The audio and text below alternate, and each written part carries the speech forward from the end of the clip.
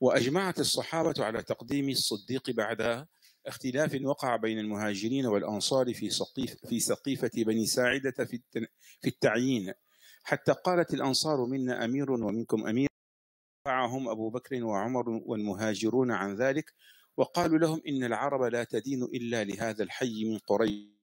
رووا لهم الخبر في ذلك، فرجعوا وأطاعوا لقريش. فلو كان فرض الإمامة غير واجب لا في قريش ولا في غيرهم. يعني في هذا المبحث الذي نقم هنا الإمامة الكبرى، يعني السلطان والخليفة، لأن الإمامة إمامتان: إمامة كبرى وإمامة صغرى، وإمامة هذه إمامة صغرى. نعم.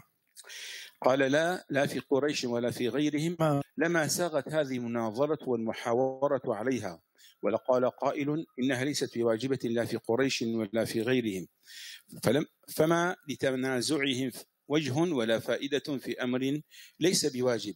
ثم إن التصديق أو أن الصديق